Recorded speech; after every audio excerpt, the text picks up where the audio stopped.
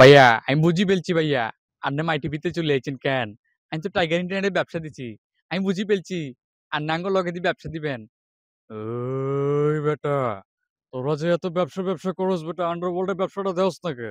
কিছু টাকা পয়সা দে। লাগাইছি .com এমডির বাচ্চা তো বাইরেছে, বাইরে কো বেটা কিছু দিতে।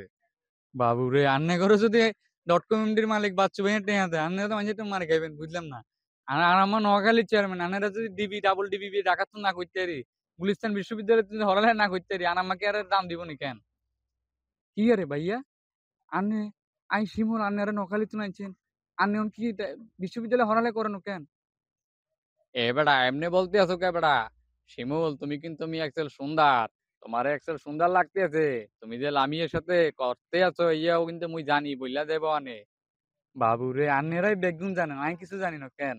আসলে ভাইরাল বলতে কোনো শব্দ নয়। আমরা হচ্ছে, এটা নাটক। এটা একটা নাটকের মতো আমরা দেখি। এটা ব্যাচেলর যারা থাকে ঢাকা থেকে, বিভিন্ন গ্রাম থেকে ঢাকায় আসেন।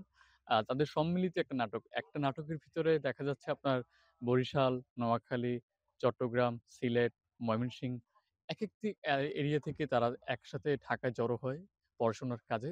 তো তাদের জীবনের যে গল্পটা, এটা কিন্তু ব্যাচেলর লাইফ। তো এই ব্যাচেলর পয়েন্ট থেকেই আমি ৪ টা অঞ্চলের ভাষা ৪ টা, নোয়াখালী, বরিশাল, ঢাকাইয়া, ময়মনসিংহ এবং রাজশাহী, এগুলোর ভাষা আরকি অনুকরণ করা শুরু করলাম।